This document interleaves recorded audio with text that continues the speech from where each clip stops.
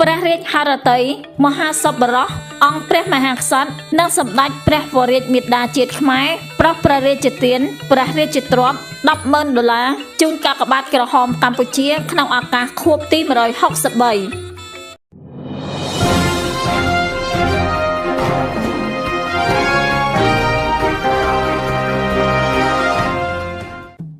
ព្រះករុណាព្រះបាទសម្ដេចព្រះបរមនាថនរោត្តមសីហមុនីព្រះមហាក្សត្រនៃព្រះរាជាណាចក្រកម្ពុជានិងសម្ដេចព្រះមហាក្សត្រីនរោត្តមមុនីនាថសីហនុព្រះវររាជមាតាជាតិខ្មែរជាទីគោរពដ៏ខ្ពង់ខ្ពស់បំផុតបានសពព្រះរាជហឫទ័យ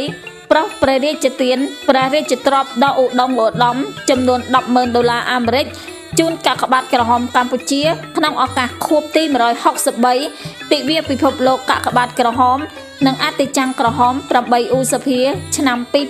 2026ក្រោមមូលបត្របន្តរួមកម្លាំងគ្នាដើម្បីមនុស្សធម៌ព្រះរាជទ្រព្យដ៏ឧត្តមឧត្តមខាងលើនេះត្រូវបានសម្ដេចមហាមន្ត្រីកុយសុផល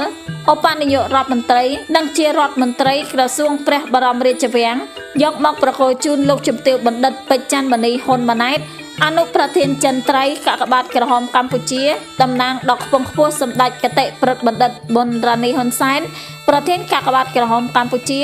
នៅទីស្នាក់ការកណ្ដាលកាកបាទក្រហមកម្ពុជានាថ្ងៃសុក្រទី6ខែមិនិនាឆ្នាំ2026នេះកាកបាទក្រហមកម្ពុជានឹងយកចិត្តទុកដាក់ប្រើប្រាស់អំណោយដ៏ខ្ពង់ខ្ពស់ថ្លៃថ្លានេះដើម្បីបម្រើសកម្មភាពមនុស្សធម៌ជួយដល់ប្រជាពលរដ្ឋងាយរងគ្រោះបំផុតជនទីទ័លក្រលំបាកជនពិការជាពិសេសប្រជាជនភាគសឹកនិងគ្រួសារយុទ្ធជនរងរបួសនិងពលីក្នុងសមរភូមិការពារបរណភាពទឹកដីដើម្បីជាមូលនិធិសម្រាប់បន្តបេសកកម្មមនុស្សធម៌ជាជំនួយការជូនរាជរដ្ឋាភិបាលកាកបាទក្រហមកម្ពុជា